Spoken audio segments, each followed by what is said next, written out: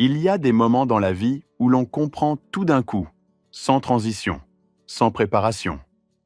Pas progressivement, comme on aimerait que les révélations arrivent, avec le temps de se préparer, de poser ses affaires, de s'asseoir. Non, ça vient d'un seul tenant, brutal et silencieux à la fois, comme quand on pose le pied sur une marche qui n'existe pas. Ce soir-là, quand j'ai vu le camion de déménagement garé devant ma maison, j'ai compris. Le camion était blanc, banal, avec cette discrétion professionnelle des entreprises de transport qui ne font pas de publicité inutile. Deux hommes en combinaison bleue allaient et venaient entre la porte d'entrée et le haillon arrière avec des cartons fermés de rubans adhésifs marron. Ils travaillaient vite, avec l'efficacité de gens payés à la tâche, pas à l'heure. La lumière de fin d'après-midi tombait obliquement sur le trottoir et découpait leurs ombres en longs rectangles gris sur le bitume. Tout était parfaitement ordinaire, sauf que c'était ma maison et que je n'avais rien demandé à personne. J'ai compris alors pourquoi ma belle-fille Camille m'avait appelé à 6 heures du matin avec une voix que je ne lui connaissais pas. « Gérard, s'il te plaît, ne rentre pas chez toi aujourd'hui. À 65 ans, on apprend à distinguer l'inquiétude de la peur. L'inquiétude a une texture diffuse, un peu cotonneuse. C'est la voix de quelqu'un qui anticipe un problème. La peur, elle, est précise. Elle a des bords nets. Elle sait exactement ce qu'elle craint. La voix de Camille ce matin-là était de la peur, pas de la panique. Quelque chose de plus discipliné que ça, de plus douloureux. La peur de quelqu'un qui a attendu le dernier moment pour parler. « Si tu rentres trop tôt, » avait-elle murmuré, « ils auront terminé avant que tu arrives. » Puis le silence. Ce silence particulier des lignes téléphoniques qui restent ouvertes sans que personne ne parle. On entend la respiration de l'autre, on entend le monde autour d'elle, et on comprend qu'elle ne peut pas dire davantage. J'étais resté debout au milieu de ma cuisine bordelaise, le combiné encore dans la main. Le réfrigérateur bourdonnait. Dehors, une voiture a démarré. La lumière du matin entrait par la fenêtre au-dessus de l'évier et éclairait la tasse de café que je n'avais pas finie. Des détails absurdes, gravés avec une précision photographique dans ma mémoire, parce que c'est souvent comme ça que fonctionne le cerveau dans les moments de choc. Il s'accroche à l'insignifiant pendant que le significatif prend racine. Mon esprit est remonté à la veille, au dîner d'anniversaire. J'avais 65 ans depuis la nuit précédente. 65 ans, un chiffre que les gens autour de moi semblaient trouver important, sans que je comprenne très bien pourquoi. Je me sentais exactement pareil à 64. Un peu plus fatigué le soir peut-être, un peu plus enclin à préférer le silence au bruit, mais fondamentalement le même homme qui, 30 ans plus tôt, avait passé ses nuits sur des bilans comptables dans ce même appartement devenu maison, pendant que sa femme Isabelle dormait avec ce sourire serein qu'elle avait même dans le sommeil. Isabelle est partie il y a 4 ans. Cancer du sein, diagnostiqué tard, traité courageusement, perdu quand même. Elle avait 61 ans. C'est trop tôt pour tout. Trop tôt pour partir. Trop tôt pour laisser derrière soi un mari qui ne sait pas vraiment cuisiner, un fils encore fragile malgré ses allures de chef d'entreprise, et une maison pleine de ses affaires qu'on n'ose pas déplacer pendant des mois, parce que les déplacer signifierait admettre quelque chose qu'on n'est pas encore prêt à admettre. L'héritage d'Isabelle, la maison, les comptes d'investissement, le portefeuille modeste mais soigneusement constitué au fil des années, était passé entre mes mains selon ses volontés. Elle avait toujours été plus organisée que moi en matière administrative, ce qui faisait sourire nos amis communs, parce que j'avais passé ma carrière à organiser les finances des autres. Mais pour les siennes propres, pour les nôtres, j'avais toujours eu tendance à laisser faire. Isabelle gérait. Moi, je travaillais. C'était notre équilibre à nous, imparfait comme tous les équilibres, mais solide. Depuis sa disparition, j'avais repris les rênes avec le soin maniaque des gens qui transforment le deuil en méthode. Maître Leclerc avait été d'une aide précieuse. Il m'avait guidé à travers la succession, les déclarations fiscales, la mise à jour des titres de propriété. Nous avions évoqué à plusieurs reprises la possibilité d'une fiducie-gestion pour protéger l'ensemble du patrimoine, une structure qui permettait de contrôler la transmission sans exposer les biens à des créanciers ou à des revendications imprévues. J'avais temporisé. Pas par négligence, mais parce qu'il m'avait fallu du temps pour accepter que je planifiais désormais seul. Le dîner d'anniversaire de la veille avait tout accéléré. Mon fils Théo avait manifesté un intérêt inhabituellement précis pour l'héritage d'Isabelle, par-dessus le gâteau d'anniversaire, avec cette désinvolture calculée que je reconnaissais pour l'avoir pratiquée moi-même des décennies plus tôt dans les salles de réunion. On pose les questions difficiles sur un ton léger pour qu'elles semblent moins difficiles. Ça marche rarement avec quelqu'un qui a passé 30 ans à lire les sous-textes des bilans comptables. La maison était-elle placée dans une fiducie? Comment était structurée la succession? J'avais répondu simplement, sans entrer dans les détails. 30 ans de comptabilité m'ont appris à détecter un déficit avant même que l'audit commence. Ce soir-là, je m'étais retiré dans mon bureau et j'avais signé les documents de la fiducie que maître Bernard Leclercq avait préparé plusieurs semaines auparavant. Le titre de propriété de la maison, les comptes de courtage, l'ensemble du patrimoine transmis par Isabelle, tout passait désormais sous le contrôle de la structure fiduciaire. Maître Leclercq prévoyait de déposer les documents électroniquement dans la soirée même. J'avais laissé le dossier sur mon bureau, pensant simplement à de l'organisation préventive, sans imaginer à quel point ce timing allait compter. Puis j'avais surpris Théo. En revenant dans le salon, je l'avais trouvé penché au-dessus de mon sac ouvert, posé sur le buffet du couloir. Il s'était redressé d'un coup en m'entendant. Je cherchais de l'aspirine. Sa voix était posée, presque convaincante. Si je n'avais pas passé ma carrière à écouter les explications que les gens donnent quand ils ont été pris en flagrant délit, dans les audits, dans les contrôles internes, dans les réunions de crise où quelqu'un vient d'être découvert, j'aurais peut-être cru que c'était vrai. Mais j'avais appris à reconnaître le ton particulier de quelqu'un qui cherche une phrase de remplacement en temps réel. J'avais hoché la tête. Je n'avais pas argumenté, pas devant les invités. Camille était restée blême pour le reste de la soirée, les yeux baissés sur son assiette, les mains crispées autour de son verre de vin qu'elle ne buvait pas. Le lendemain matin, j'étais parti travailler comme à l'habitude. Mais la routine sonnait faux. Camille ne m'avait pas mis en garde contre une dispute. Elle m'avait prévenu d'une invasion déjà en cours. Et quand j'avais tourné dans ma rue ce soir-là, j'avais compris que l'audit de toute ma vie avait déjà commencé. Le dîner d'anniversaire, la veille au soir, avait eu lieu dans le salon de ma maison. Cette grande pièce au parquet de chêne clair qu'Isabelle avait voulu faire poncer et cirer l'année de nos 20 ans de mariage et qui avait gardé depuis cette teinte chaude, presque dorée sous la lumière des lampes. La table avait été rallongée pour accueillir tout le monde. Théo avait apporté 2 bouteilles d'un Saint-Émilion correct, pas exceptionnel, et une tarte aux fruits commandée chez le pâtissier de la rue Sainte-Catherine. Il y avait eu un effort visible dans cette organisation, une attention aux détails qui, sur le moment, m'avait semblé touchante. Je savais depuis longtemps que Théo et moi n'avions pas la même façon d'exprimer les choses. Il ressemblait davantage à sa mère par certains côtés. Ce besoin de rendre les moments importants, tangibles, concrets, matérialisés dans des gestes. Là où Isabelle aurait cuisiné elle-même le plat préféré de quelqu'un, Théo commandait au traiteur. Là où elle aurait écrit une carte à la main, il envoyait un message vocal. Ce n'était pas de l'indifférence. C'était simplement une autre langue de l'attention. Je l'avais compris avec les années, même si j'aurais parfois préféré l'ancienne. Théo avait invité plusieurs personnes que je ne connaissais pas très bien. Le couple Marguerite et Olivier Perrault, qui habitait à 2 rues de chez moi et dont je croisais surtout les chiens le matin, était venu avec une bouteille d'Armagnac et ce sourire légèrement contraint des gens qui ne sont pas tout à fait sûrs d'être au bon endroit. 2 hommes de la société de Théo les avaient rejoints en fin de soirée. Ils étaient arrivés ensemble, en costume, avec l'air de gens qui viennent d'une autre réunion et qui comptent repartir rapidement. L'un d'eux avait été présenté comme Franck Duval, un associé commercial. Je me souvenais lui avoir serré la main. Une poignée ferme, professionnelle, le regard direct de quelqu'un habitué à évaluer les gens rapidement. Puis je l'avais presque oublié. Il avait passé la majorité du dîner à observer la pièce plus qu'à y participer. Théo avait servi le vin pour tout le monde et maintenu la conversation avec cette énergie un peu forcée que j'avais appris à reconnaître chez lui dans les périodes de stress. Quand les choses allèrent bien, il était naturellement expansif, plein de projets et d'anecdotes. Quand quelque chose le préoccupait, il devenait plus animé encore, plus bruyant, plus présent en apparence, comme si l'agitation extérieure pouvait combler ce qu'il cherchait à ne pas laisser voir. Ce soir-là, il parlait trop.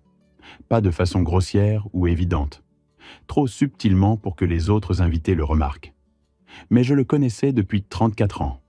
Je connaissais la différence entre son enthousiasme réel et son enthousiasme de surface. Au bout d'un moment, j'avais commencé à noter quelque chose dans la nature de ses questions. Les démarches pour la succession de maman sont compliquées en ce moment ? Avait-il demandé en passant un plat, d'un ton qui voulait paraître distrait. C'est organisé, lui avais-je répondu. Maître Leclerc m'a aidé à mettre ça en ordre. Un sourire. Un hochement de tête. La conversation avait continué. Quelques minutes plus tard, Théo s'était calé dans son fauteuil, tenant son verre par le pied, avec cette nonchalance étudiée. « Et les comptes d'investissement, tu les as mis dans la fiducie ?»« Je suis en train d'examiner cette option, » avais-je répondu simplement, sans élaborer. Il y avait eu une légère hésitation dans ses yeux. À peine perceptible, une fraction de seconde. Puis il avait souri à nouveau et s'était tourné vers Olivier Perrault pour lui poser une question sur ses travaux de rénovation. Camille, assise en face de moi, avait à peine touché à son assiette. Elle déplaçait sa fourchette sur sa salade avec des gestes mécaniques, les yeux baissés. De temps en temps, elle regardait vers Théo, puis vers la table, puis vers la fenêtre. J'avais pensé qu'elle semblait fatiguée, et je m'étais dit qu'elle avait probablement eu une semaine difficile. Je n'avais pas insisté. C'est une erreur que les parents font souvent, confondre la pudeur d'un chagrin caché avec de la simple lassitude. Vers la fin du dîner, alors que la tarte aux fruits avait été découpée et que les conversations se fragmentaient en petits échanges parallèles, Théo avait posé une question plus précise. Suffisamment précise pour que je ne puisse pas la classer dans la catégorie des remarques anodines. « Les documents de propriété, tu les gardes toujours dans le coffre du bureau, c'est ça ?» J'avais hoché la tête une seule fois. Je n'avais pas ajouté quoi que ce soit. Ce moment, cette question posée avec une légèreté trop soigneusement calibrée, à cet instant précis du dîner, devant ces personnes précises, avait mis quelque chose en mouvement en moi. Pas de l'alarme. Plutôt ce sentiment que les comptables reconnaissent quand ils examinent une liasse de documents et qu'un détail ne s'additionne pas correctement. Pas encore de preuve. Juste une ligne qui cloche. Je m'étais discrètement levé de table et j'avais remonté le couloir jusqu'au petit bureau au fond de la maison. La pièce était telle que je l'avais laissée le matin. Les étagères chargées de classeurs archivés par année, le bureau d'acajou qu'Isabelle m'avait offert pour mes 40 ans et sur lequel je n'avais jamais voulu de désordre, la lampe de bureau avec son abat-jour vert que j'avais rapporté d'un voyage professionnel à Lyon 15 ans plus tôt. C'était mon espace depuis toujours, le seul endroit de la maison qui était entièrement, exclusivement à moi. Le dossier que Maître Leclerc avait préparé attendait sur le bureau, exactement là où je l'avais posé 2 jours auparavant. Une chemise cartonnée beige avec l'étiquette « Fiducie Gestion ». Fontaine G. Document constitutif. Je l'avais ouverte et relu les dernières pages avec cette méticulosité de l'ancien comptable qui ne fait jamais entièrement confiance à sa propre mémoire quand il s'agit de documents importants. Puis, j'avais signé. Chaque page à l'endroit indiqué par les petits drapeaux adhésifs jaunes que Maître Leclerc avait soigneusement apposés. Le titre de propriété de la maison. Les comptes de courtage. L'ensemble du patrimoine transmis par Isabelle, tout passait désormais sous le contrôle de la structure fiduciaire. Maître Leclerc avait dit qu'il déposerait les documents électroniquement dans la soirée. J'avais remis le dossier en ordre, refermé la chemise, et je m'étais accordé un instant dans le silence du bureau avant de retourner rejoindre les convives. En revenant dans le salon, j'avais trouvé Théo debout, près de la table basse, mon sac ouvert devant lui, les mains à l'intérieur. Il s'était redressé d'un mouvement vif en m'entendant. Ses mains étaient vides. Son expression, et c'est ce qui m'était resté, n'avait pas eu le temps de se composer entièrement. J'avais vu quelque chose avant que le masque ne se remette en place. Quelque chose de calculateur, de concentré, qui ne ressemblait pas à un fils cherchant de l'aspirine. « Je cherchais de l'aspirine », avait-il expliqué. « D'accord », avais-je dit. Et j'avais repris ma place à table. Je n'avais pas argumenté. Pas devant les invités. Pas devant Franck Duval, qui m'observait depuis l'autre côté de la pièce avec ce regard professionnel qui évalue et note. Pas devant les Perrault, qui se seraient sentis mal à l'aise. Pas devant Camille, qui était déjà assez pâle comme ça. Mais quelque chose dans cet instant s'était déposé en moi comme du sédiment au fond d'un verre. Invisible. Persistant. La conversation avait repris après ça, mais le ton avait légèrement changé. Imperceptiblement pour la plupart des gens présents, mais pas pour moi. Et j'avais remarqué que Camille observait Théo avec une attention bien plus soutenue qu'elle ne l'avait fait jusque-là. Pas l'attention d'une femme qui surveille son mari dans la bonne humeur d'un dîner, celle de quelqu'un qui guette quelque chose. En y repensant avec le recul, les difficultés de l'entreprise de Théo s'étaient accumulées depuis des mois, peut-être même depuis plus d'un an. Je n'en avais perçu que des fragments, épars, sans cohérence apparente, et je m'étais répété que ce n'était pas mon rôle d'interférer. C'est l'un des apprentissages les plus difficiles de la parentalité tardive. Comprendre que vouloir aider et pouvoir aider sont deux choses différentes, et que parfois, celui qu'on veut aider a construit autour de lui des murs précisément pour vous tenir à distance. Théo dirigeait depuis 6 ans une société de logistique implantée dans le secteur portuaire de Bordeaux. La SARL Transport Fontaine et Associés avait démarré modestement. 2 camions, un entrepôt loué en périphérie, 3 employés.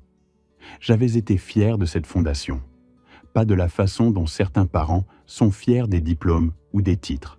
Fiers de quelque chose de plus concret, de plus rare. L'initiative. Le courage de construire quelque chose à partir de rien, avec les risques que ça impliquait. Pendant les premières années, les nouvelles étaient bonnes. Théo parlait de nouvelles lignes d'acheminement entre Bordeaux et les ports espagnols, de contrats d'entrepôt avec des grossistes de la région, de plans d'expansion vers le fret ferroviaire. Il avait cette façon de présenter ses projets avec des chiffres clairs, des délais précis, une logique structurée qui me rappelait les meilleures présentations que j'avais vues dans ma carrière. Je pensais parfois qu'il aurait fait un bon auditeur. Puis, quelque chose avait changé. Pas brutalement, ce n'est jamais brutal, les effondrements. C'est un glissement progressif, une série de petits reculs qu'on explique chacun séparément et dont on ne fait le total qu'à la fin, quand il est trop tard pour que le total serve à quelque chose. Il avait commencé à annuler les dîners du dimanche plus souvent. 1 semaine sur 2, puis 2 semaines sur 3. Quand je lui demandais la raison, il balayait d'un geste. « Je suis débordé, papa. La croissance, ça fait toujours un peu de désordre. » Ce n'était pas faux.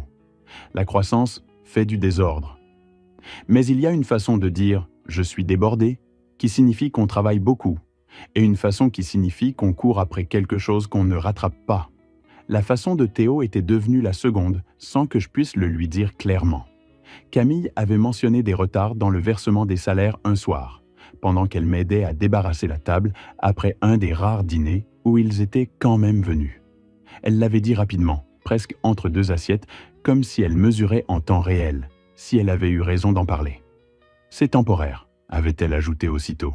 « Il règle ça avec la banque la semaine prochaine. » Je n'avais pas insisté, mais j'avais entendu, dans cette correction immédiate, la façon dont elle modulait ses propres inquiétudes pour ne pas alarmer les autres. Ou peut-être pour ne pas s'alarmer elle-même davantage.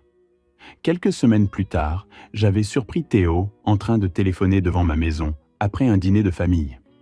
Il s'était légèrement écarté du groupe, comme les gens le font quand ils ont un appel professionnel, sans imaginer que quelqu'un pourrait l'entendre depuis le porche. Sa voix était basse, mais la tension dedans était audible même à distance. « Je vous ai dit que le paiement arrive ?» insistait-il dans le combiné, avec cette diction précise des gens qui répètent pour la 100e fois quelque chose qu'ils n'arrivent plus à faire croire. « Vous n'êtes pas le seul créancier dans ce dossier. » Il avait raccroché rapidement en me voyant près de l'entrée. Nos regards s'étaient recroisés 1 seconde.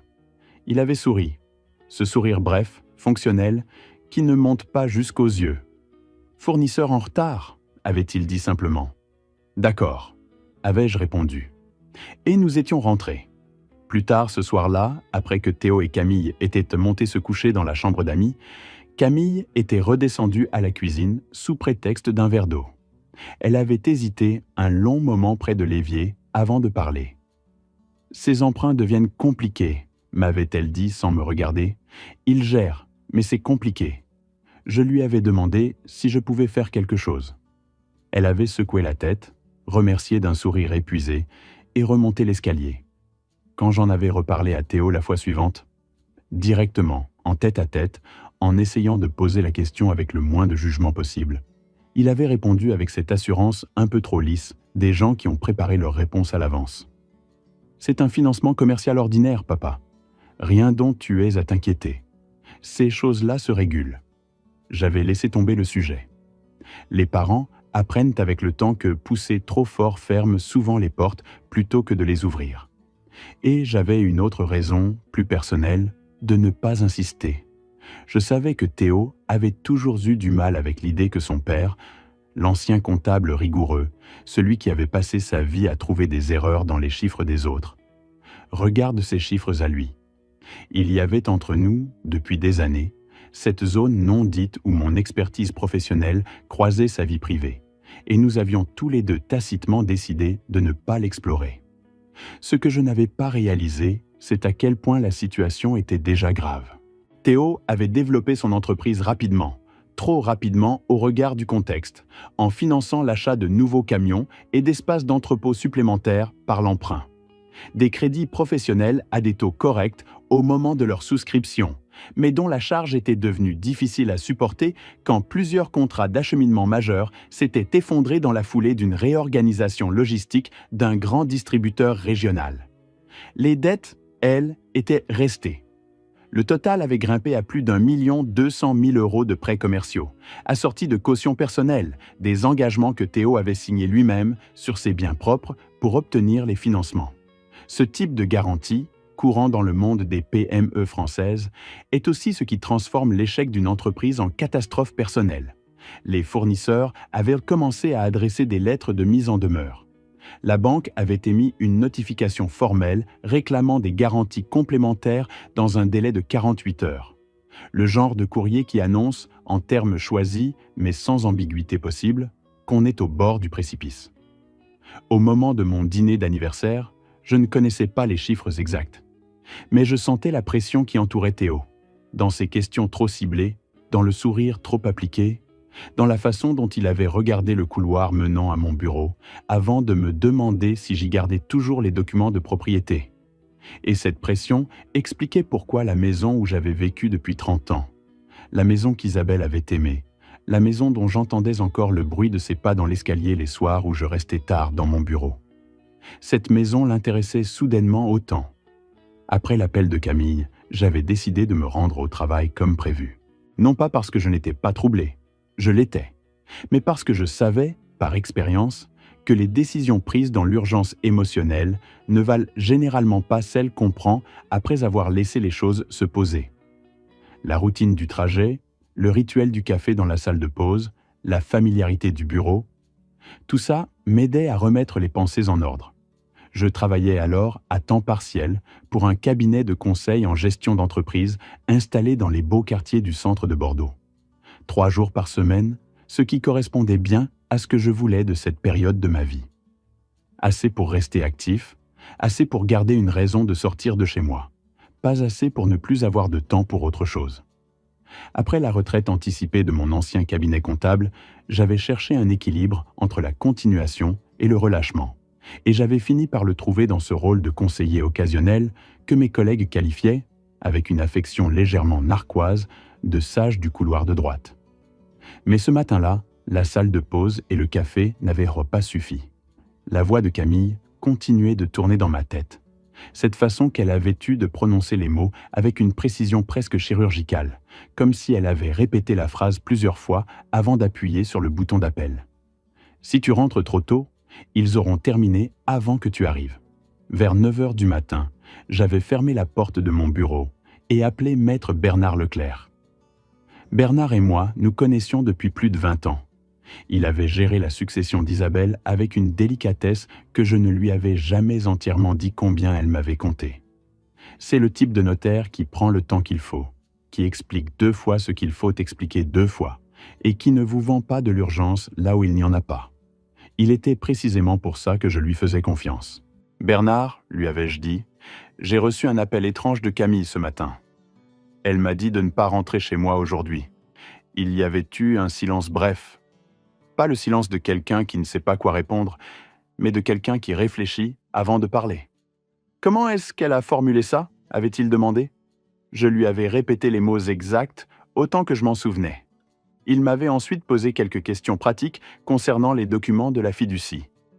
L'heure à laquelle je les avais signés, si j'avais conservé des copies, si j'avais eu d'autres contacts avec quelqu'un après la signature. J'avais répondu à chaque question.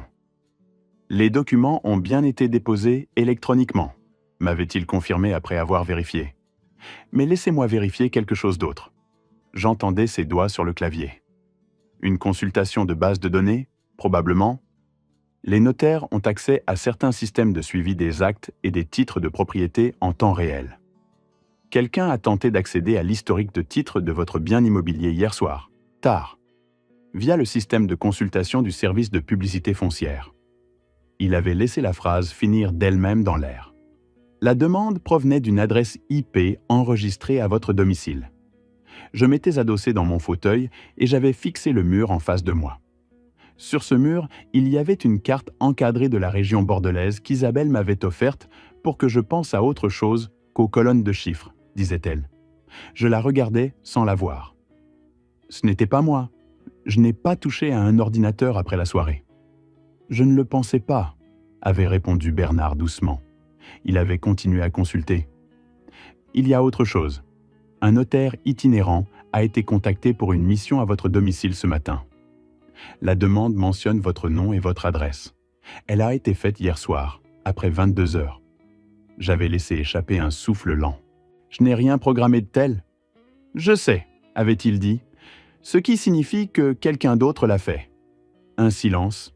Puis Bernard, avec ce calme qu'il gardait dans toutes les circonstances, avait ajouté « Gérard, si quelqu'un vous demande de signer des documents aujourd'hui, des documents de quelque nature que ce soit, ne le faites pas avant de m'avoir appelé. Je veux les voir avant vous. » J'avais accepté.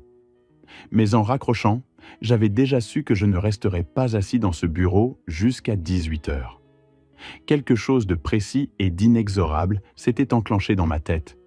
Le même mécanisme qu'autrefois, quand un audit donnait des signaux qui ne s'additionnaient pas correctement, et que je savais, avant même d'avoir la preuve, que j'allais trouver quelque chose de mauvais quelque part. Camille ne m'avait pas prévenu d'une dispute. Elle m'avait prévenu d'une opération déjà en cours. Et j'avais besoin de voir ce qui se passait chez moi. Je suis parti du travail peu après 14 heures. J'ai dit à mon responsable que j'avais quelque chose de personnel à régler, ce qui était la vérité même si je n'ai pas précisé laquelle. Il a hoché la tête avec la compréhension des gens qui savent, sans qu'on le formule, qu'il y a des journées où le travail doit céder. Le trajet depuis le centre jusqu'à mon quartier, une vingtaine de minutes en temps normal, m'a semblé s'étirer.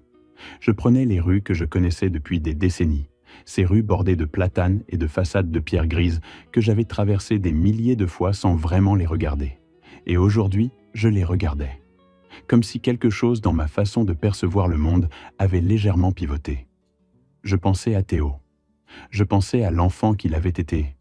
À 10 ans, avec ce cartable trop grand pour lui qu'il refusait de laisser porter parce que les grands portent leur cartable seuls. À 15 ans, quand il avait annoncé à table, avec une solennité légèrement comique, qu'il voulait faire une école de commerce parce que les chiffres, c'est là que tout se passe, papa.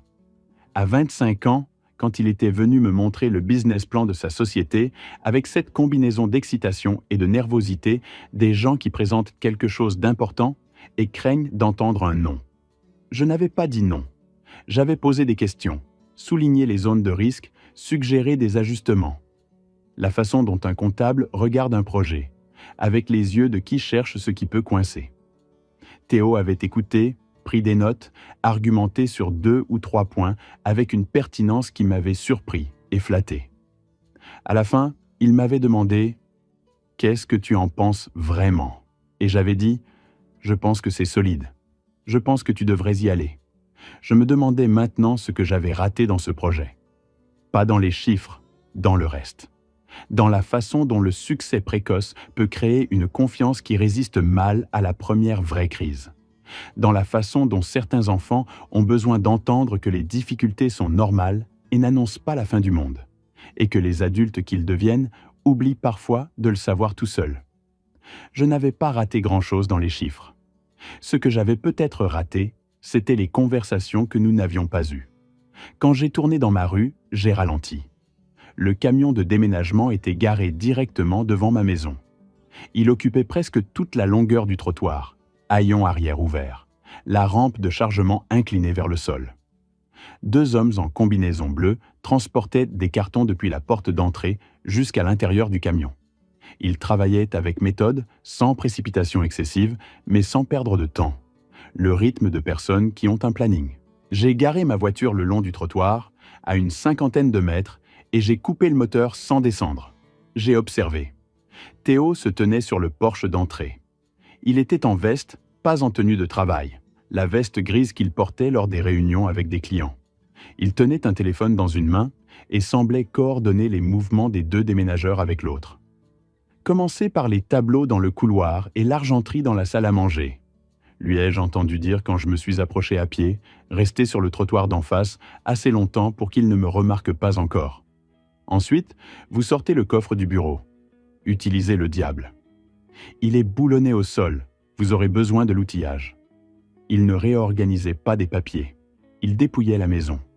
L'argenterie d'Isabelle, les tableaux qu'elle avait choisis un par un pendant des années lors de brocantes et de galeries locales, sans jamais dépenser plus que ce qu'elle s'était fixé comme budget, mais avec un œil qui m'avait toujours impressionné. Le coffre dans lequel je gardais les documents les plus importants, les titres de propriété, les actes notariés, les dossiers d'assurance. Il voulait tout ça hors de la maison avant que la banque ne puisse geler ses avoirs. J'ai appelé Maître Leclerc. « Je suis devant ma maison », lui ai-je dit à voix basse. « Il y a un camion de déménagement. Théo est là. Il donne des instructions aux déménageurs. »« Je m'en doutais, » m'a-t-il répondu sans élever la voix. « Je suis déjà en route. Ne signez rien et essayez de ne pas vous retrouver seul avec lui si vous pouvez l'éviter. » J'arrive dans 20 minutes maximum. J'ai raccroché et j'ai marché vers ma maison. En approchant, j'entendais Théo parler à l'intérieur depuis le couloir d'entrée. « Mon père a signé les papiers hier soir. On procède à une réorganisation des biens dans le cadre de la succession. » Sa voix avait le registre de quelqu'un qui récite une explication qu'il a préparée, assez précise pour sembler officielle, assez vague pour ne pas être facilement contredite. Je suis entré par la porte d'entrée. Les 2 déménageurs se sont immédiatement figés. L'un d'eux, le plus proche, tenait un carton serré contre lui. L'un des cartons plats que j'utilisais pour l'archivage. Il a regardé Théo. Théo s'est retourné lentement. Pendant un instant, 2 secondes, peut-être 3. Aucun de nous 2 n'a parlé. C'est dans ces intervalles-là que les vérités passent, avant que les mots ne les recouvrent. J'ai vu son expression traverser plusieurs états très rapidement. La surprise d'abord, réelle et complète, celle de quelqu'un qui avait prévu d'avoir encore plusieurs heures. Puis quelque chose de plus calculé, une réorganisation interne, une réponse qui se composait. « Papa, tu rentres plus tôt que prévu. » Sa voix était posée, presque naturelle. Si je ne l'avais pas connu depuis 34 ans, j'aurais pu y croire. « J'ai terminé tôt, ai-je dit. » J'ai regardé le couloir menant à mon bureau. La porte était grande ouverte. Plusieurs cartons avaient déjà été placés contre le mur du couloir, fermés et étiquetés. J'ai reconnu, sur l'un d'eux, l'écriture de Théo. « Documents divers. Fontaine. » « On est juste en train de réorganiser quelques affaires, » a dit Théo en désignant les cartons d'un geste ouvert. « Tu as accumulé beaucoup de paperasse ici depuis des années. Ça déborde. » On remettait de l'ordre. J'ai regardé les déménageurs. Ils observaient alternativement Théo et moi avec cet instinct professionnel des gens qui sentent quand une situation n'est pas exactement ce qu'on leur a décrit lors de la mission. L'un d'eux avait lentement posé son carton sur le sol. « Réorganiser », ai-je répété. Théo a retrouvé son calme en quelques secondes. Cette capacité à se recadrer rapidement que j'avais toujours admirée chez lui dans les contextes professionnels, et qui ce jour-là me semblait à la fois familière et étrangère. « On réorganise simplement », a-t-il répété en élargissant le geste vers l'ensemble de la pièce. « Il y a trop de choses qui s'accumulent depuis la mort de maman. Ça ne fait de bien à personne de laisser tout ça stagner. » La mention d'Isabelle dans ce contexte a produit en moi quelque chose de difficile à nommer. Pas de la colère exactement, mais une résistance physique, comme quand on reçoit un coup là où on ne s'y attendait pas, et que le corps se contracte avant même que l'esprit ait eu le temps de traiter l'information. Il était en train d'utiliser le nom de sa mère comme couverture. Je suis entré plus avant dans le salon. Les cartons près du couloir étaient plus nombreux que je ne l'avais réalisé depuis la porte. 6 ou 7, empilés avec soin. La porte du bureau était ouverte, et depuis l'angle où je me trouvais maintenant, je voyais distinctement le coffre partiellement déplacé derrière le bureau. Le fond du mur derrière lui visible là où il avait d'ordinaire sa place habituelle. Ils avaient déjà commencé à le dégager. Réorganisé, ai-je répété une dernière fois, calmement. Théo s'est déplacé vers la table de la salle à manger. Il a ouvert son attaché-case, je n'avais pas remarqué qu'il en avait un, et en a sorti un dossier qu'il a fait glisser sur la table dans ma direction. En fait, je comptais t'en parler ce soir, papa. Mais puisque tu es là, autant que l'on règle ça maintenant. Je ne me suis pas assis. J'ai regardé la première page depuis où je me trouvais. Procuration générale notariée. En dessous, plusieurs feuilles supplémentaires, des formulaires préimprimés que je reconnaissais, le type de document que les établissements bancaires utilisent pour déléguer la gestion de comptes et de biens immobiliers à un tiers mandataire. En les parcourant rapidement, j'ai vu mon nom pré-rempli en qualité de mandant et celui de Théo en qualité de mandataire avec pouvoirs étendus sur l'ensemble de mes avoirs. Une procuration générale, en France, donne à son bénéficiaire une autorité considérable. Elle permet de vendre un bien, de gérer des comptes, de contracter au nom du mandant. Entre des mains de bonne foi, c'est un outil de gestion familiale courant. Dans le cas présent, ça aurait été un instrument de dépossession. Une femme que je n'avais pas encore remarquée s'est avancée depuis le coin de la pièce où elle se tenait, près de la fenêtre. Elle portait un tailleur bordeaux et tenait un petit tampon dans la main, le genre de tampon que les professionnels du droit ou de la comptabilité utilisent pour certifier des signatures. « Je suis là pour attester la signature », a-t-elle dit. Je l'avais reconnue immédiatement. Dana Picot, la comptable junior de Théo. Je l'avais croisée 2 ou 3 fois lors de déjeuners professionnels. Une femme d'une trentaine d'années, efficace et discrète en apparence, qui ne m'avait jamais particulièrement marqué. Sa voix, ce jour-là, n'était pas totalement assurée. Il y avait dedans une légère tension, comme chez quelqu'un qui joue un rôle qu'on lui a appris, mais qui commence à sentir que le décor ne correspond pas exactement à ce qu'on lui avait décrit. C'est à ce moment que la porte d'entrée s'est ouverte derrière moi. Maître Leclerc est entré avec son attaché-case, son manteau encore sur les épaules.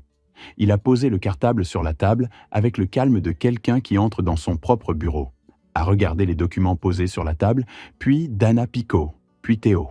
« Bonjour », a-t-il dit simplement. Puis, toujours sans hausser le ton, il s'est tourné vers Dana Picot. « Maître Bernard Leclerc, notaire, je représente Monsieur Gérard Fontaine. Puis-je vous demander vos références professionnelles et l'autorisation au titre de laquelle vous êtes présente pour certifier cette signature ?» Dana Picot a ouvert la bouche.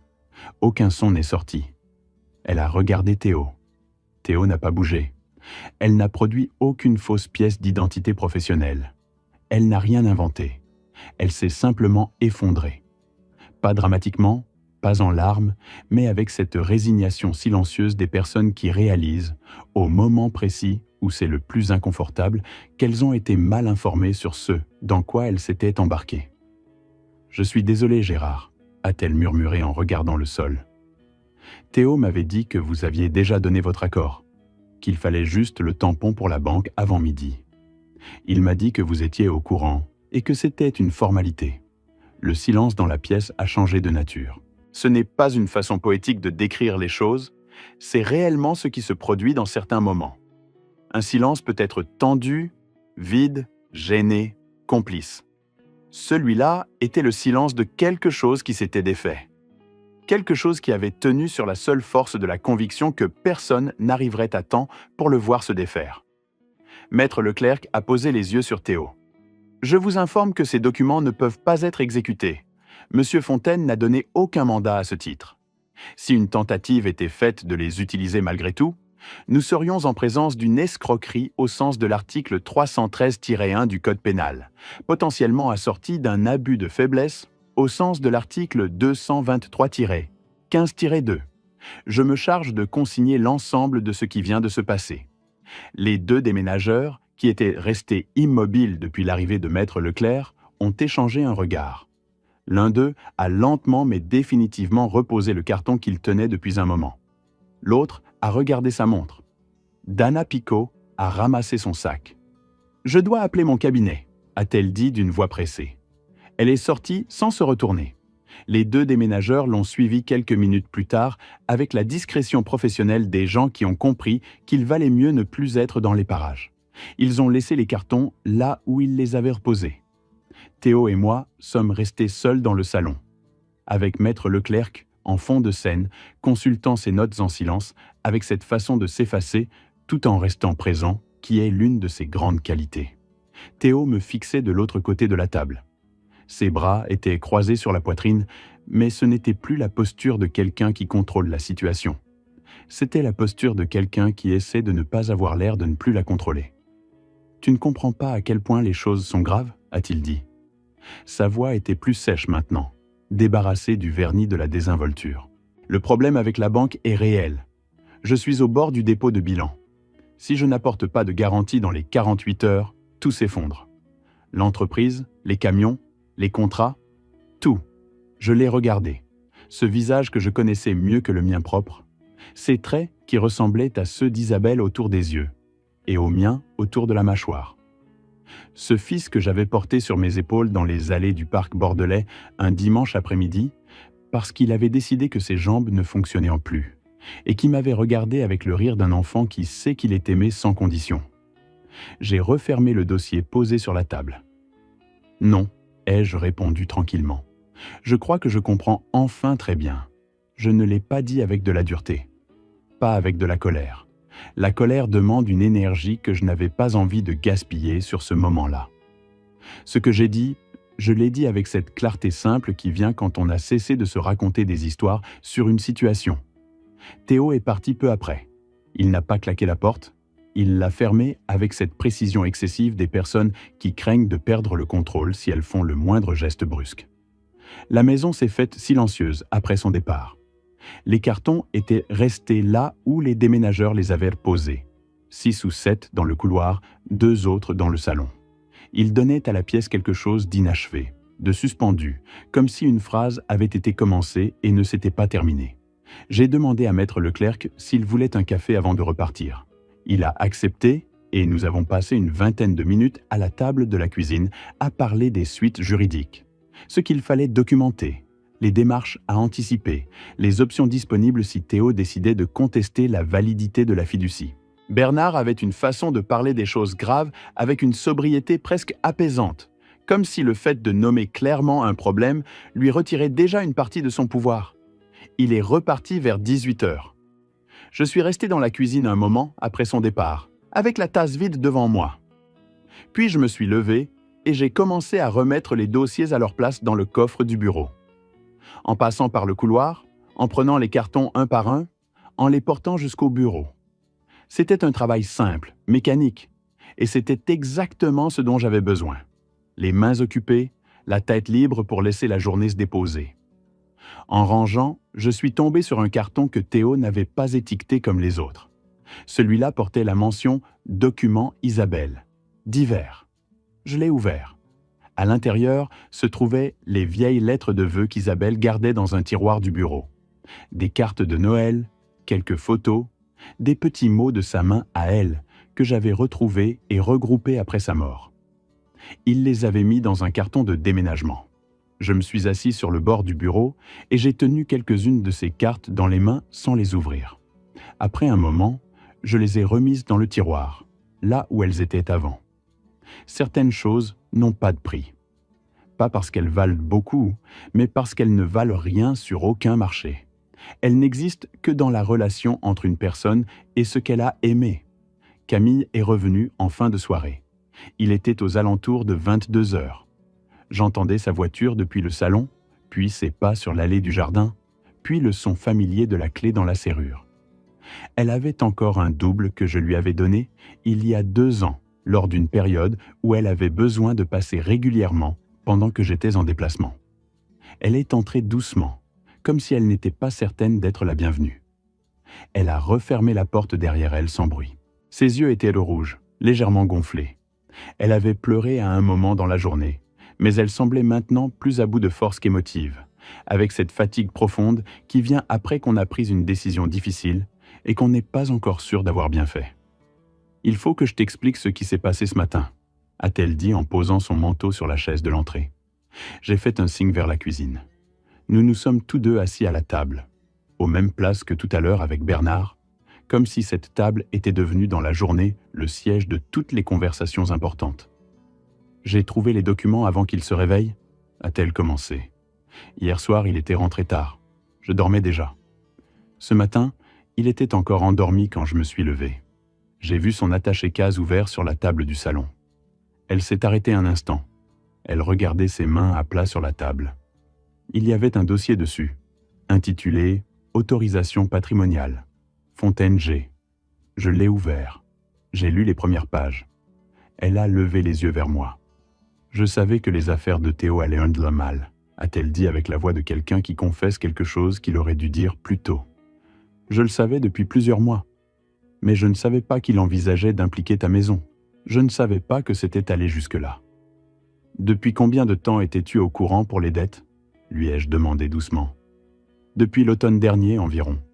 Il me disait que c'était temporaire, que la banque avait juste besoin de temps, que les contrats allaient se renouveler. Elle a sorti son téléphone et l'a posé sur la table entre nous, face visible. Ces messages, il me les a envoyés la semaine dernière. J'ai lu l'écran. La conversation était courte. Dans l'un des messages, Théo avait écrit clairement « Une fois que la maison est vendue, tout repart à zéro. C'est la seule solution qui reste. » Dans un autre, quelques heures plus tard, « Papa comprendra quand la situation sera stabilisée. Il n'a pas besoin de tout savoir maintenant. » Camille a repris son téléphone. « Il me répétait que tu comprendrais, que c'était pour stabiliser la situation, qu'il te rembourserait. » Elle a exhalé lentement, les épaules légèrement affaissées. Je lui faisais confiance sur le reste. Mais sur ça, utiliser ta maison sans te le dire, préparer une procuration sans t'en parler d'abord, je ne pouvais pas. Je ne lui ai pas répondu immédiatement. Il y avait quelque chose d'important dans ce qu'elle venait de dire. Pas les faits eux-mêmes, que je connaissais maintenant, mais la façon dont elle les disait. Avec une honnêteté épuisée, sans chercher à se mettre en valeur, sans omettre les parties où elle avait elle-même tardé à parler. Les gens expliquent parfois les choses, non pas parce qu'ils espèrent être pardonnés, mais parce qu'ils ont besoin que quelqu'un entende la vérité. Cette nuit-là, Camille avait besoin que la vérité soit entendue. « Il y a autre chose ?» a-t-elle ajouté après un moment. Elle a ouvert une application sur son téléphone. Un enregistreur audio, l'icône d'un micro sur fond rouge. On a eu de sérieuses disputes à propos des dettes ces dernières semaines. Un soir, il a dit des choses que je ne voulais pas oublier. J'ai commencé à enregistrer certaines de ces conversations. Pas parce que je planifiais quoi que ce soit, juste parce que j'avais besoin d'une trace, de quelque chose de réel que je pouvais relire quand je commençais à me demander si je voyais les choses trop en noir. Elle m'a regardé. Je ne savais pas que cet après-midi allait se passer comme ça. Mais maintenant que ça s'est passé, ces enregistrements ont peut-être de l'importance. J'ai regardé le téléphone posé sur la table entre nous. Le petit fichier audio représentait, dans sa modeste existence numérique, quelque chose que Camille avait porté seule pendant des semaines. La preuve qu'elle n'inventait pas ce qu'elle voyait, que sa perception de la situation était juste, que la réalité était bien la réalité. « Je t'en remercie », lui ai-je dit simplement. Elle a hoché la tête sans répondre.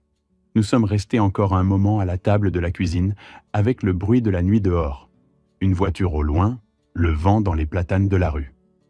La réponse de Théo est venue plus vite que je ne l'avais prévu. En moins d'une semaine, Maître Leclerc m'appelait pour me transmettre une information que son confrère, l'avocat de Théo, lui avait notifiée par courrier recommandé. Théo avait introduit une requête devant le tribunal de grande instance de Bordeaux afin de contester la validité de la fiducie-gestion que j'avais constituée. Son avocat plaide que vous n'étiez pas en pleine possession de vos facultés au moment de signer les documents, m'a expliqué Maître Leclerc lors de notre réunion dans son étude. La requête évoque une possible altération des capacités cognitives liées à l'âge et au deuil récent. J'ai hoché la tête lentement. L'accusation en elle-même ne m'a pas surpris autant que j'aurais peut-être dû le laisser paraître. Après 30 ans de comptabilité et d'audit, on a souvent vu des situations où, faute d'arguments de fond, on attaque la personne. On cherche à disqualifier le témoin quand on ne peut pas réfuter le témoignage. C'est une tactique ancienne, et elle fonctionne parce qu'elle est difficile à réfuter sans ressembler à quelqu'un qui proteste trop. Ce qui était différent ici, c'est que c'était mon fils qui l'utilisait contre moi. Donc l'argument est que j'étais confus, ai-je dit. En substance, oui. Si le tribunal accorde du crédit à cette thèse, la fiducie pourrait être annulée. Les biens reviendraient à votre patrimoine personnel et non fiduciaire, ce qui signifie qu'ils redeviendraient potentiellement saisissables par des créanciers dans le cadre d'une procédure civile d'exécution. J'ai pris quelques secondes. Qu'est-ce que nous avons pour répondre à ça? Beaucoup de choses, m'a assuré Bernard avec ce calme qui était, je l'ai réalisé ce jour-là, l'une de ses ressources les plus précieuses. Vos décisions financières sur les 18 derniers mois sont documentées et cohérentes. Votre dossier médical ne présente aucun élément susceptible d'étayer une hypothèse de déclin cognitif. Et vous avez signé ces documents en pleine conscience, dans votre bureau, seul, sans pression extérieure visible. Ce qui est très différent d'une signature obtenue sous influence. Il a ouvert un dossier. J'ai également contacté Camille. Elle est prête à témoigner. L'audience préliminaire a eu lieu par un mardi matin froid de novembre, dans l'une des salles du tribunal de grande instance de Bordeaux. Une salle haute de plafond, avec des lambris en chêne sombre et des fenêtres étroites qui laissaient entrer une lumière grise et un peu froide. L'odeur y était celle de tous les palais de justice que j'ai eu l'occasion de fréquenter dans ma vie professionnelle.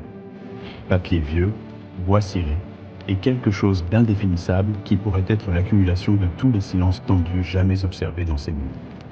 J'étais arrivé en avance. J'avais besoin de quelques minutes seul dans la salle, avant que les autres arrivent. Une habitude des vieux comptables et des vieux auditeurs, qui apprennent à observer le terrain avant que les acteurs ne soient en place. Théo est entré avec son avocat, maître Sébastien Hargood, un homme de 45 ans environ, avec la précision sèche des avocats d'affaires. Théo portait le même costume gris qu'au dîner d'anniversaire. Il avait maigri, m'a-t-il semblé. Ses joues étaient légèrement creuses et il avait sous les yeux cette teinte bleutée qui vient avec les nuits courtes. Il n'a pas regardé dans ma direction pendant la première partie de l'audience. Je l'ai regardé, moi. Je me suis permis de le regarder longuement, pendant que son avocat présentait la requête et que maître Leclerc prenait des notes à côté de moi. J'ai regardé mon fils et j'ai essayé de comprendre, pas de juger, pas d'accuser, mais de comprendre comment on en arrive là. Comment un homme de 34 ans, compétent, intelligent, qui a grandi dans une maison où on lui a appris qu'on assume ses erreurs et qu'on répare ce qu'on casse, en arrive à engager une procédure judiciaire contre son père en suggérant que ce père n'a plus toute sa tête. Je n'ai pas trouvé de réponse satisfaisante. Peut-être qu'il n'y en a pas. Peut-être que la peur, quand elle devient suffisamment grande, mange les choses qu'on croyait solidement ancrées en soi. À un moment, le juge a autorisé Théo à s'exprimer directement. « Mon père a des oublis depuis quelques mois », a-t-il déclaré d'une voix mesurée, en choisissant ses mots avec le soin de quelqu'un qui a été conseillé sur ce qu'il peut et ne peut pas dire. Je m'inquiète qu'il n'ait pas pleinement compris la portée de ce qu'il signait. Il venait de fêter ses 65 ans. Il a perdu ma mère il y a 4 ans. Ce sont des facteurs qui peuvent affecter le jugement. J'ai écouté sans l'interrompre. Le calme que j'ai ressenti à ce moment-là m'a lui-même surpris. J'avais attendu dans les jours précédents que la colère monte. Celle que les gens ressentent quand on remet en cause leur intégrité, quand on utilise leur deuil comme argument judiciaire, quand leur propre enfant se présente devant un tribunal pour dire qu'ils ne sont plus tout à fait lucides. La colère était venue, le soir où j'avais lu la requête pour la première fois dans le bureau de maître Leclerc. Mais ce matin-là, dans la salle d'audience, elle était partie. Il ne restait qu'une clarté tranquille. La clarté des personnes qui savent exactement ce qui est vrai et qui n'ont plus besoin de se battre contre quoi que ce soit, juste d'attendre que la vérité se dépose. Maître Leclerc s'est légèrement penché vers moi. Nous avons préparé la documentation complète de vos décisions financières sur l'année écoulée. Elle est cohérente, structurée, sans aucune irrégularité. Ça parlera d'elle-même. Camille était assise à côté de moi. Elle gardait les mains serrées sur ses genoux, les yeux fixés sur le président du tribunal. Elle n'avait pas regardé Théo depuis qu'il était entré. L'avocat de Théo a continué à décrire la fiducie comme un acte précipité, pris sous l'impulsion d'un dîner agité, par un homme âgé encore fragilisé par un deuil récent. Chaque mot était soigneusement pesé. Chaque formulation avait été choisie pour être légalement défendable, tout en construisant une image. La salle était inhabituellement silencieuse. On a tendance à imaginer les procès comme des affrontements bruyants, des joutes verbales, des moments dramatiques. La réalité des audiences civiles est souvent différente. Des gens qui parlent posément, des documents qui circulent, des questions qui semblent techniques mais portent des enjeux considérables. Ce qui se jouait dans cette salle ce matin-là, c'était une compétition de récits. Deux versions de la même réalité. Et la question centrale était simple, à laquelle le juge allait-il accorder foi ? Pour l'instant, la version de Théo tenait encore. Ce que le tribunal n'avait pas encore entendu, c'était la voix de Théo lui-même, enregistrée quelques semaines auparavant, en train d'expliquer à sa femme exactement ce qu'il comptait faire. Quand Camille a été appelée à la barre pour témoigner, la salle est devenue sensiblement plus silencieuse. Ce n'est pas une façon littéraire de dire les choses, c'est ce qui s'est réellement passé. Il y a des silences différents. Celui-ci était le silence d'une salle, qui comprend que quelque chose va être dit, qu'on n'entend pas souvent dans ces circonstances. Camille s'est levée de la banquette à côté de moi et a marché vers la barre avec une lenteur qui n'était pas de la lenteur de quelqu'un qui hésite, mais de quelqu'un qui mesure chaque pas. Elle portait un manteau gris foncé, ses cheveux relevés simplement, et elle regardait droit devant elle en marchant. Elle n'a pas regardé Théo. Elle a posé les deux mains sur le rebord de la table de la barre, comme pour s'y ancrer, et a attendu que la greffière lui rappelle les termes du serment. Elle l'a prêté d'une voix ferme, pas forte, mais ferme. L'avocat de Théo a commencé son interrogatoire avec des questions de routine. Depuis combien de temps connaissait-elle la situation financière de l'entreprise? Quel avait été son rôle dans les démarches du mois précédent? Avait-elle eu connaissance de la constitution de la fiducie avant le dîner d'anniversaire? Camille répondait calmement, avec une précision qui venait manifestement de quelqu'un qui avait décidé depuis longtemps de ne rien exagérer et de ne rien atténuer. Oui, je savais que l'entreprise de Théo avait des dettes sérieuses, a-t-elle dit, depuis plusieurs mois.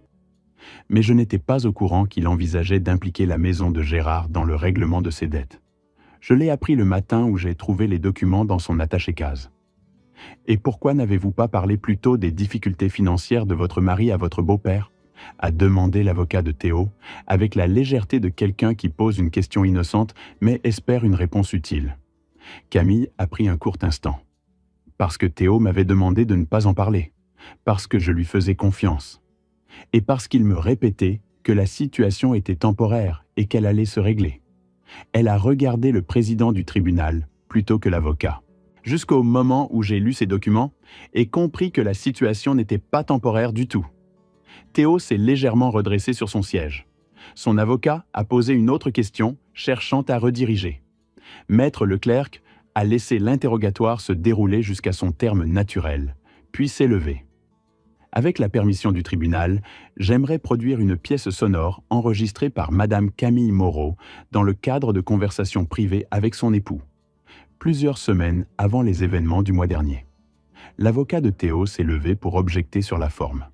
Le président a examiné la demande de production, l'a trouvée recevable compte tenu du contexte et a autorisé la lecture. Maître Leclerc a installé l'enregistrement sur le système audio de la salle. Ce fichier a été certifié authentique par un expert en forensique sonore. La date d'enregistrement est établie à 6 semaines avant les faits. Il a lancé la lecture. La voix de Théo a rempli la salle. Elle n'était pas criée, pas particulièrement agressive. C'était la voix d'un homme fatigué, exaspéré, qui parle à sa femme en croyant que personne d'autre ne t'entendra jamais. Elle avait cette qualité nue des voix qui ne cherchent pas à convaincre parce qu'elles pensent ne pas avoir à le faire. « S'il ne signe pas, » disait la voix. Une pause. On dira juste qu'il perd la tête. Les vieux, quand ils commencent à oublier des trucs, les juges croient facilement ça. Un court silence dans l'enregistrement. Puis Théo reprenait. « Une fois que la maison est vendue, le problème avec la banque disparaît. C'est mathématique. La salle est restée absolument immobile pendant toute la durée de la lecture. Quand le fichier s'est terminé, personne n'a bougé pendant plusieurs secondes. Camille avait les yeux baissés vers la table. Ses mains tremblaient très légèrement, imperceptiblement pour quelqu'un qui ne l'aurait pas cherché, mais visible depuis où je me trouvais. Elle avait apporté cette preuve elle-même contre son mari dans une salle de justice. Je n'ai pas imaginé ce que ça lui avait coûté. Théo regardait droit devant lui, vers un point fixe quelque part au-dessus du bureau du président. Son expression était celle de quelqu'un dont le visage a cessé d'être expressif par un effort de volonté. Son avocat avait arrêté d'écrire. Maître Leclerc a éteint la lecture et attendu. Le président s'est adossé dans son fauteuil et a relu ses notes pendant un long moment. La greffière continuait à taper, mais plus lentement. L'avocat de Théo a posé son stylo sur la table. La vérité modifie parfois une pièce sans que personne n'ait besoin d'élever la voix. Ce matin de novembre dans cette salle du tribunal de grande instance de Bordeaux ressemblait exactement à ça. L'explication que Théo avait proposée, un père vieillissant, fragilisé par le deuil, qui n'avait pas mesuré la portée d'un acte notarié, s'était heurté à quelque chose de plus simple et de plus résistant. Sa propre voix, en train d'expliquer comment utiliser cette explication avant même que la situation ne l'exige. Cet après-midi-là, le tribunal a maintenu la validité de la fiducie en attendant la suite de la procédure et a noté formellement la production de l'enregistrement comme pièce à charge. En moins de 3 mois, l'entreprise de Théo s'est effondrée. La procédure judiciaire avait à peine commencé que les effets collatéraux s'étaient déjà mis en mouvement. Les affaires ne prospèrent pas dans l'incertitude légale. C'est l'une des vérités les moins poétiques, mais les plus constantes du monde commercial. Dès que l'existence du litige est devenue connue de ses partenaires commerciaux, 2 d'entre eux avaient commencé à chercher des alternatives. Un troisième avait invoqué une clause de leur contrat permettant de le résilier en cas de procédure judiciaire impliquant la direction.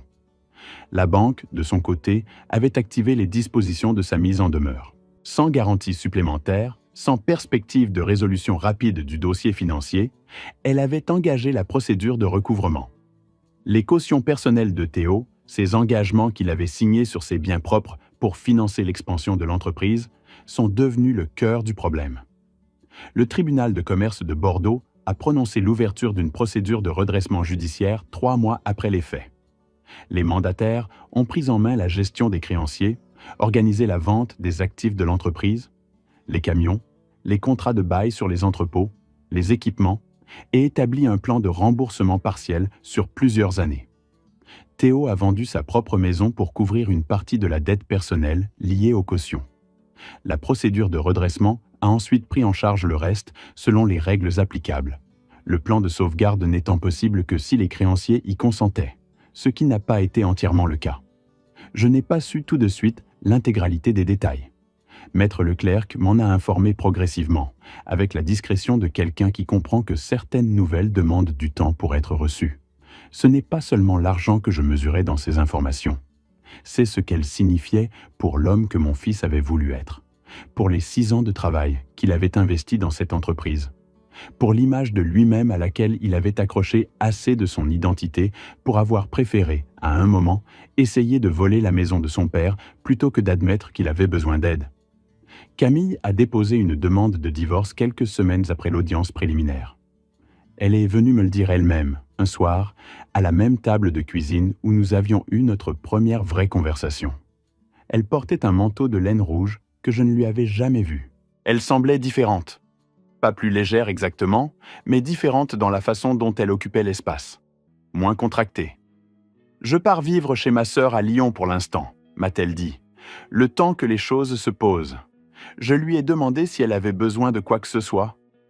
Elle a secoué la tête doucement. « Non, merci Gérard. Pour tout. » Pendant la procédure de divorce, elle n'a pas parlé en mal de Théo. Elle a simplement exposé les faits et expliqué pourquoi elle ne pouvait pas rester dans une relation dont la dynamique avait conduit à ce qui s'était passé. Le juge aux affaires familiales a enregistré la demande de divorce par consentement mutuel. Il n'y avait pas d'enfants à protéger, pas de querelle de biens significative, et les choses se sont réglées avec la sobriété triste des fins qui n'ont plus rien à prouver. Les réactions au sein de la famille se sont divisées en silence, comme elles le font toujours dans ces situations. Ma sœur Madeleine, qui vit à Périgueux et avec qui je parle au téléphone chaque dimanche depuis 50 ans, m'avait appelé 2 jours après l'audience. « Est-ce que tu aurais pu faire autrement ?» m'avait-elle demandé directement, à sa façon habituelle. « Non, » lui avais-je répondu. « Alors voilà », avait-elle dit simplement. Mon beau-frère, le mari de Madeleine, m'avait envoyé un message quelques jours plus tard pour me dire qu'il trouvait que j'avais été dur. Je lui avais répondu que je comprenais son point de vue. Ce n'était pas de la fausse diplomatie. Je le comprenais vraiment. On voit la même situation différemment selon où l'on se tient et selon ce qu'on a décidé une fois pour toutes sur ce que signifie protéger quelqu'un qu'on aime. Un cousin éloigné avait posté quelque chose sur les réseaux sociaux, une formulation vague sur l'importance de la famille et du pardon, qui visait clairement la situation sans la nommer. Je n'y avais pas répondu. Les vieilles amies d'Isabelle, elles, m'avaient presque toutes contacté. Pas pour commenter, pas pour juger, simplement pour dire qu'elles pensaient à moi. L'une d'elles, Suzanne, que je connaissais depuis le lycée d'Isabelle et qui était toujours restée dans le cercle familial, m'avait envoyé un mot à la main. Isabelle aurait fait pareil, avait-elle écrit. Elle t'aurait dit que protéger ce qu'on a construit, c'est une façon de rester fidèle à ceux qui ont aidé à le construire. J'avais gardé ce mot dans le tiroir du bureau avec les cartes d'Isabelle. Un soir, environ 2 mois après les faits, mon téléphone avait vibré alors que je lisais dans le salon. Un email de Théo. Je l'avais regardé s'afficher sur l'écran pendant un moment avant de l'ouvrir. « Papa, je sais que j'ai fait des erreurs. Je sais ce que j'ai essayé de faire et je sais ce que ça signifie de l'avoir fait contre toi. Je ne cherche pas à m'expliquer parce que je ne pense pas que tu aies besoin d'entendre mes explications. Je voulais juste que tu saches que je n'ai pas oublié qui tu es et que je n'ai pas oublié ce que ça signifie d'avoir grandi dans ta maison. Je pense que tu n'avais pas à tout faire pour te protéger, mais je comprends pourquoi tu l'as fait. Théo. » J'ai relu le message plusieurs fois. Il y avait dedans quelque chose que je n'avais pas attendu. Non pas des excuses, pas vraiment, mais une forme de reconnaissance. La différence est importante. Les excuses demandent quelque chose de l'autre. Elles attendent une réponse, un geste, une absolution. Ce message ne demandait rien. Il affirmait seulement qu'il savait. J'ai fermé l'ordinateur sans répondre. Pas par cruauté, pas parce que je voulais lui signifier quoi que ce soit, mais parce que je n'avais pas les mots pour répondre à ça. Pas encore, peut-être pas avant longtemps. Et que parfois, le silence le plus honnête qu'on puisse offrir, c'est celui qui dit « Je t'ai entendu et j'ai besoin de temps ». Plus tard cette nuit-là, dans le silence de la maison revenue à elle-même, les cartons depuis longtemps repartis, le coffre à sa place, les tableaux d'Isabelle au mur, j'ai repensé à l'appel de Camille à 6 heures du matin. À ce moment-là, dans ma cuisine, j'avais seulement entendu l'avertissement. La logique de l'urgence, « ne rentre pas, ils auront terminé », avait absorbé presque tout le reste. Maintenant, j'entendais autre chose dans cet appel. Camille était restée dans cette maison après avoir trouvé les documents. Elle avait attendu que Théo se réveille, lui avait parlé ou ne lui avait pas parlé, avait passé la matinée avec ce qu'elle savait, et à 6 heures du matin, elle avait choisi d'appeler non pas la police, non pas un avocat, non pas sa sœur, elle m'avait appelé, moi, avec une voix qui disait « Fais attention à quelqu'un qu'elle n'avait aucune obligation légale de protéger ». Dans une famille, les liens de sang créent des obligations. Les liens de choix, ceux que les gens contractent, non pas parce qu'ils y sont nés, mais parce qu'ils décident de les honorer, sont différents. Ils sont, en un sens, plus révélateurs. Ils montrent ce que les gens sont vraiment, quand rien ne les y oblige. Camille avait choisi de faire ce qu'elle avait fait ce matin-là. Et ce choix-là, dans toute la complexité de cette période, était ce que je garderai le plus longtemps. La vie a une façon de vous montrer où réside réellement la confiance. Parfois, elle vient de la personne que l'on attendait le moins. Et parfois, la maison que l'on croyait défendre n'est pas seulement briques et mortier, titre de propriété et acte notarié. C'est l'endroit où quelqu'un a choisi de vous faire confiance quand personne ne l'y forçait. Cette nuit-là, en éteignant la lumière du bureau, celui d'Isabelle, le mien, le nôtre, depuis toujours, j'ai pensé que j'avais eu de la chance. Pas la chance de n'avoir pas perdu la maison. La chance d'avoir su, au moins une fois, où se trouvait la vraie loyauté.